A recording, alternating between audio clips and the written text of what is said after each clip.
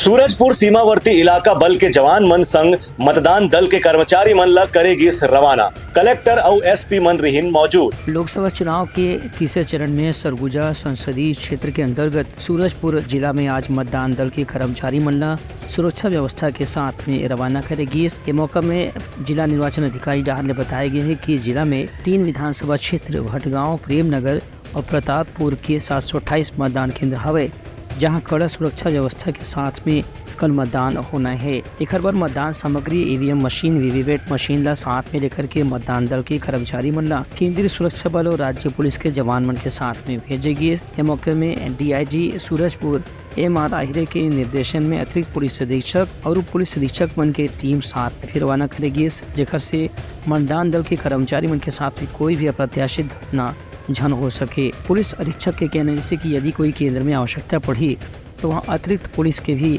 तैनाती करे जा सकत है, जेकर से चुनाव निष्पक्ष ढंग से संपन्न कराए जा सके। ब्यूरो रिपोर्ट, उत्तलंघा न्यूज़।